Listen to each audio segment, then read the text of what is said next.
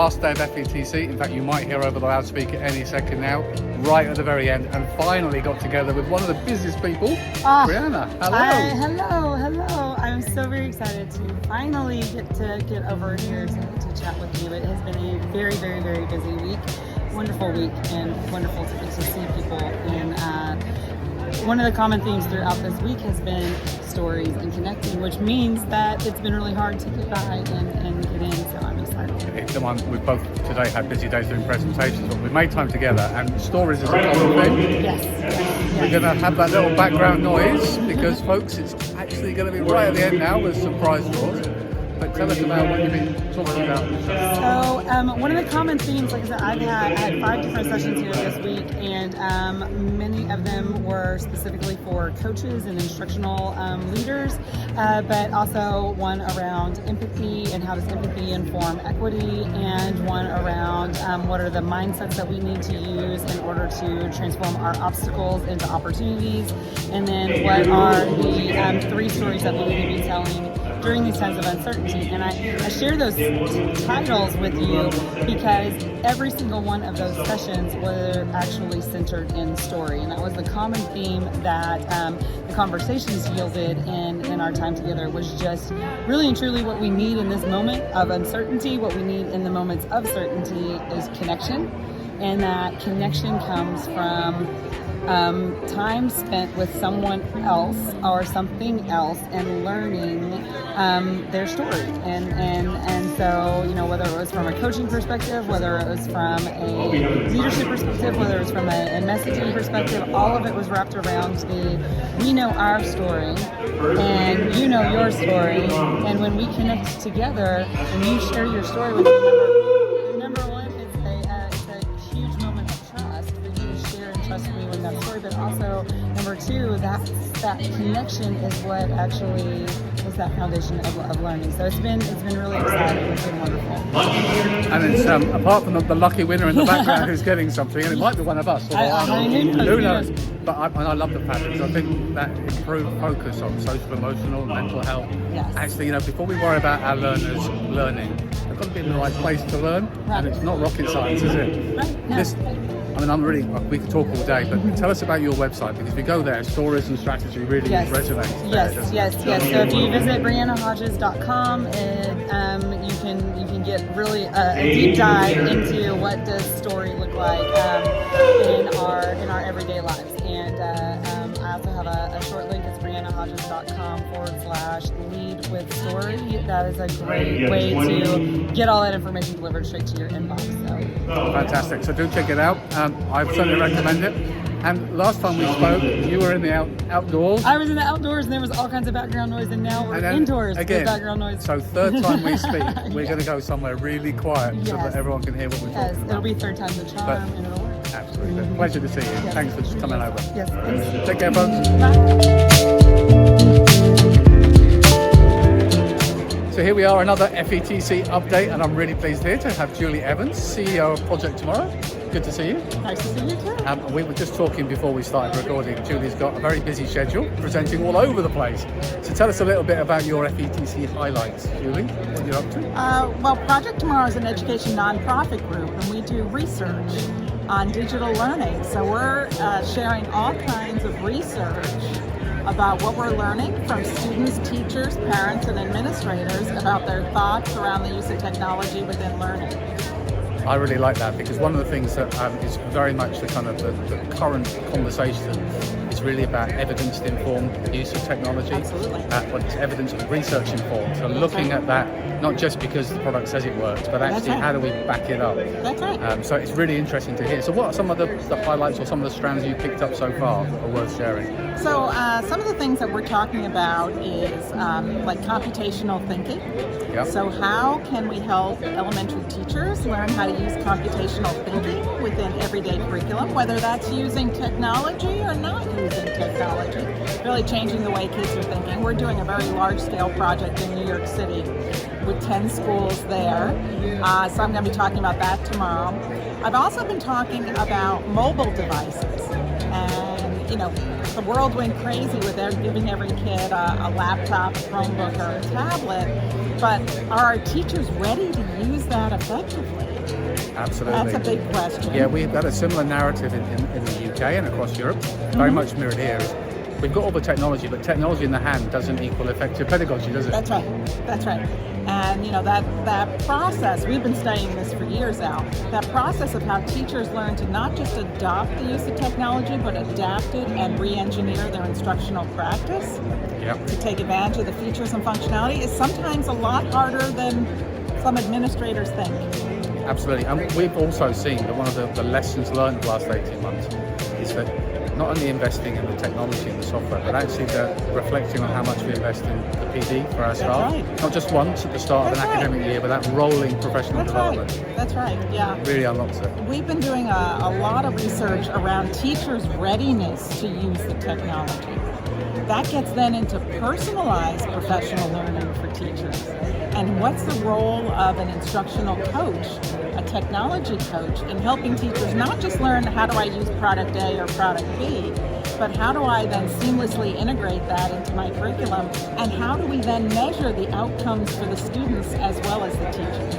So there's a lot to that. There's a huge amount there. We could do a 2-hour interview here and we could cover it. So for those listening in, obviously it's a pleasure to get a chance to meet you. Yeah. Where can they find out more? How can they connect with you, get involved in Project Tomorrow? This is the best URL ever, I think, tomorrow.org.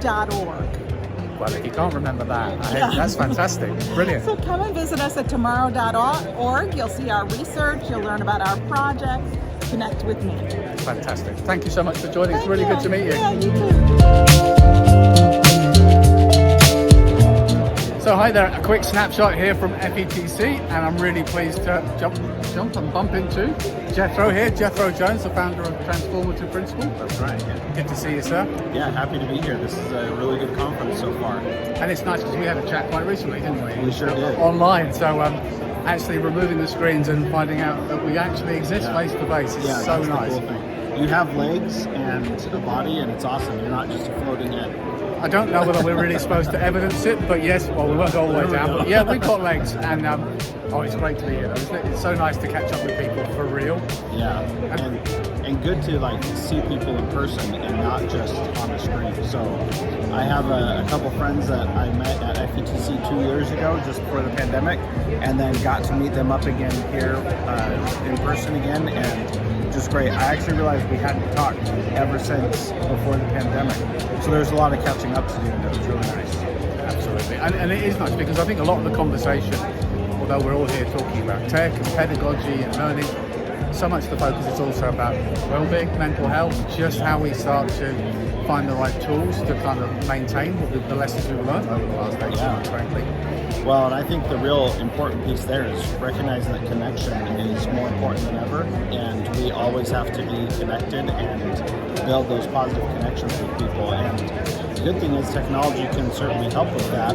The hard thing is that sometimes it's easier to send a text message instead of a video message or have a phone call or whatever the case may be. And we just got to keep doing those connective pieces.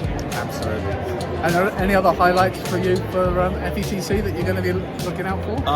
For me, I'm signing some books here in a little bit, so that's always fun to do. Me too. All right. Are we doing it? We're not at the same time. No, I'm tomorrow, but I'm sure your book's much more interesting. Tell us about it. Yeah, so my book is called SchoolX. It's about how to redesign your school for the people that are right in front of you. I don't have my books yet, otherwise I'd hold it up and show you. But really, that idea of recognizing who's right in front of you and then doing things for them is what we need to do in schools all the time. Every year, no matter what we're doing, our school changes because we have new students come in, and so we got to make it work for that group of students, not for the kids that were there last year, the year before, or 20 years ago, and that's really important. So where can people find your book if they want to dip into it? SchoolX.me is the best place to go. SchoolX.me, you heard it here, folks. There we go, yeah. As always, it's a pleasure to see you. Yeah, Thanks so much too. for stopping by. Lovely to catch up with people that, you're always sharing all sorts of really insightful topics and interviews. Before we let you go, is there anything else you've got recently that you've been sharing in terms of online with your activities? I think the big thing is if principals want to improve their schools, transformativeprincipal.com is the best place to go to do that. And there's lots of resources there, supports, and different things to help people out. Brilliant. Lovely to see you. And as always, FETC is delivering already. It's a great event, isn't it? Yeah, for sure. Very good. Thanks, folks. Bye-bye.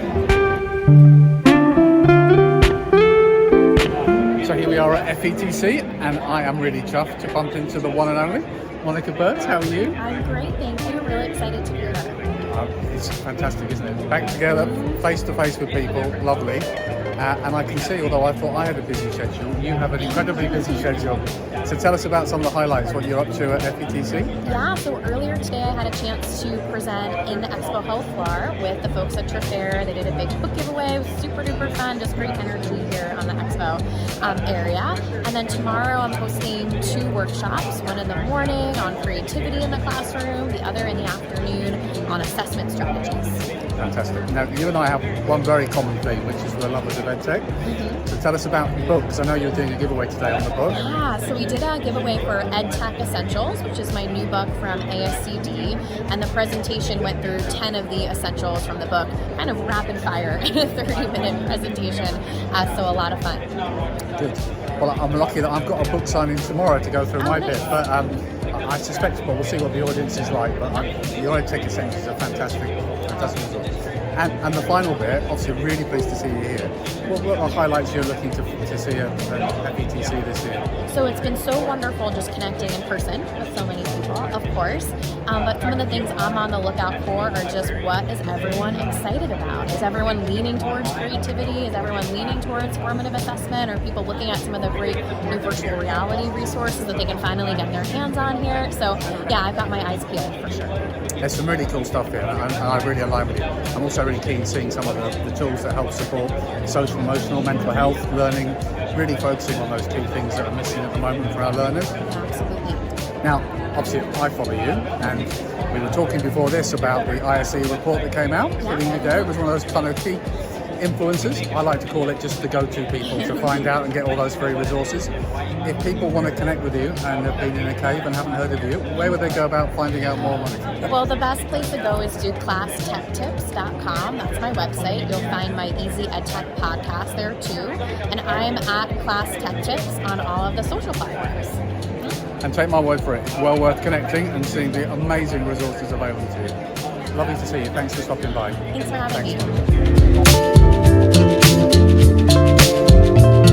And another update from FETC, and I am really, really chuffed to be here with the one and only Rochelle Dean. I hope I pronounced that right. Yep, you're good. See, I'm always good. And I've known you for a while, but like many people in the edu space, in a digital way rather than a personal way. So it's lovely to catch up with you here at FETC.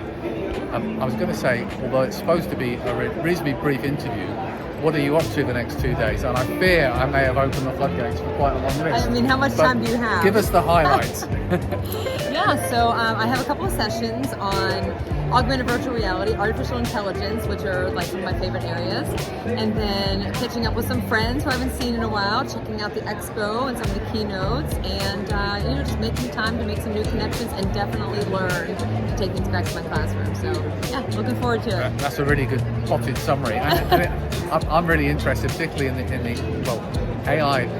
I think is kind of a key one that we're talking about heavily in the UK in terms of how it can support personalised learning. Right. Sometimes people see it as replacing teaching and learning as opposed to supplementing and augmenting that journey. But when you talk about AR and VR and some of those things which are really popular, one of the narratives is about the metaverse. Yes. About bringing them all together, and there's some kind of that's exciting, but there's also some risks there. Who's going to control and manage it? Do you see much narrative around that happening at the moment? Yeah, in my classroom, actually. We've been talking a lot about augmented virtual reality, artificial intelligence. There's a lot of great videos out there where companies are simulating what it might look like in the metaverse. Like we just watched one with Walmart. And it's great for my students to have conversations with me about predictions, about what that might look like, what are the benefits, what are the scary things about it too. And also like the unknowns that we don't know because it is so new, but it's fascinating. So when I talk about emerging things, now I have to add the metaverse into the things I talk about, but it just keeps me learning. So we'll see what happens in the next, 2, 5, 20 years with the metaverse. It seems exciting times, and there's a lot of money being spent, so that's normally a good indicator. Right. I just hope we get the right educational steer for the content that we want. Yeah, me too. Now, if people want to get hold of you, I was going to say check out the book, or the podcast, or the website. Again, we could go to a very long list. I know. But you've got some amazing resources. You're somebody that top of my kind of person to go to when I follow online resources. Thanks. So, would you mind sharing a few highlights on where people can get hold of you? Yeah, so I'm pretty consistent. Twitter, Instagram, RDENE915. If you want my email, just add Gmail to that. If you want my blog site, just add a .com to the RDENE915, and you can find everything there, and I'm always glad to help. Fantastic. Well, you heard it here first, or probably last first, because everyone will know all about that already.